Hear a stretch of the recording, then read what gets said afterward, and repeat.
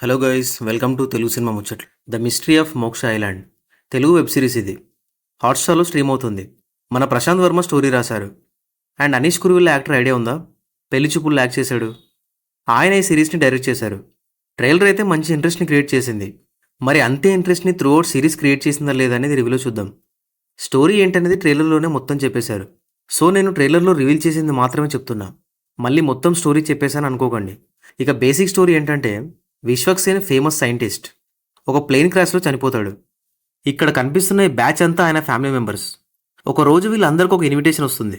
అదేంటంటే, ఎవరైతే ఒక 1 వీక్ తన మోక్ష ఐలాండ్లో ఉంటారో వాళ్ళకి తన ఆస్తి అంతా చెందుతుందని ఆ ఇన్విటేషన్లో ఉంటుంది. ఇక 1000 కోట్ల ఆస్తి ఇవ్వడంతో అసలు ఏం ఆలోచించకుండా అందరూ కట్టగట్టుకుని ఐలాండ్కి వెళ్తారు. అక్కడికి వెళ్ళాక ఒక్కొక్కరు చనిపోతుంటారు. అసలు ఎందుకు చనిపోతున్నారు, ఎవరు చంపుతున్నారు, అసలు ఆ మోక్ష ఐలాండ్లో ఏముంది, ఇదంతా తెలియాలంటే సిరీస్ చూడాలి. ఒక ఐలాండ్కి అందరు వెళ్ళడం, అక్కడ మిస్టీరియస్గా ఏదో జరగడం. ఈ బ్యాక్డ్రాప్ కొంచెం కొత్తగా అనిపించింది. అంటే ఇలాంటి బ్యాక్డ్రాప్ మరీ కొత్తదేం కాదు, బట్ తెలుగులో చాలా రేర్. మెయిన్ పాయింట్ అయితే మంచి ఇంట్రెస్ట్గా ఉంది. అండ్ ఫస్ట్ ఎపిసోడ్ కూడా అంతే ఇంట్రెస్ట్ని క్రియేట్ చేస్తూ చాలా క్వశ్చన్స్ని రేజ్ చేసింది. ఇక ఫస్ట్ ఎపిసోడ్ చూశాక అబ్బా సిరీస్ ఒక రేంజ్లో ఉండేలాగా ఉందనుకుని చాలా క్యూరియస్తో కంటిన్యూ చేశా. సెకండ్ ఎపిసోడ్ కూడా కొంచెం బాగానే అనిపించింది. ఇక ఆ తర్వాత నుంచి బోరింగ్ నరేషన్తో ఎలాంటి థ్రిల్స్ లేకుండా ఉంటుంది. అంటే థ్రిల్ చేయడానికి, టెన్షన్ క్రియేట్ చేయడానికి ట్రై చేశారు. బట్ అలాంటివన్నీ మనం చాలా చూసాం, అందువల్ల వర్కౌట్ అవ్వలేదు. టోటల్ 8 ఎపిసోడ్స్ ఉంటాయి. అండ్ ఒక్కో ఎపిసోడ్ బిలో 30 మినిట్సే ఉంటాయి. కానీ అన్ని ఎపిసోడ్స్ అవసరం లేదు. ఒక 3 ఎపిసోడ్లు లేపేసినా తప్పులేదు. అసలు అలా చేసినా మంచిగా క్రిస్ప్గా బెటర్గా ఉండేది సిరీస్. మిస్టరీ థ్రిల్లర్కి సైఫైని బ్లెండ్ చేసి డిఫరెంట్గా ట్రై చేశారు. కానీ ఆ సైఫై పాయింట్ కూడా మనం కొన్ని సినిమాలు చూసిన పాయింటే. అందువల్ల ఒక్క ఐలాండ్ అనే బ్యాక్డ్రాప్ తప్ప సిరీస్లో నాకు కొత్తగా ఏదీ అనిపించలేదు. మెయిన్ ప్లాట్ బాగున్నా ఓవరాల్ రైటింగ్ అయితే బాగాలేదు. దానికి రీజన్ చాలా క్యారెక్టర్స్ అయిపోయాయి సిరీస్లో. మళ్ళీ అందరికీ ఒక్కో స్టోరీ ఉంది.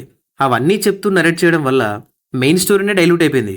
అయితే ఫ్లాస్ ఉన్నప్పటికీ అసలు ఐలాండ్లో ఏం జరుగుతుంది అనేది తెలుసుకోవడానికి చూడాలనిపిస్తుంది. కానీ చూశాక దీనికోసం ఇంత సాగదీశారనిపించింది. సరే, ఏ టీజర్కైనా సినిమాకైనా ప్లస్ మైనస్ రెండూ ఉంటాయి, అదోకే. కానీ అన్నింటికన్నా వరస్ట్ ఈ సిరీస్లో ఏంటంటే డబ్బింగ్. డైరెక్ట్ తెలుగు సిరీస్ అయ్యుండి యాక్టర్స్ అందరూ తెలుగు వాళ్ళు అయ్యుండి ఒక్కరికి కూడా లిప్సింక్ లేదు. మరీ ఇంత కేర్లెస్సా? ఇక అడల్ట్ కంటెంట్ ఉందా అంటే ఎస్, అక్కడక్కడ ఉంది.